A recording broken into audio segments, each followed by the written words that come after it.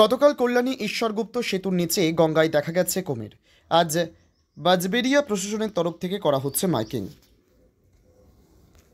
ঘোষণা হুগলি ত্রিপুরা পৌরসভার তরফ থেকে ত্রিপুরা শহরের গঙ্গার ধার তীরবর্তী অঞ্চলের ও পথযাত্রী থেকে গঙ্গায় আগত পুণ্যার্থী এবং সাধারণ মানুষ যারা গঙ্গায় স্নান করতে নামেন বা গঙ্গার জল নিতে নামেন, সকলকে পৌরসভা থেকে অনুরোধ করা হচ্ছে যে গতকাল বাঁশবেড়িয়া 55 তলায় ব্রিজের কাছে একটি কুমির দেখা গেছে।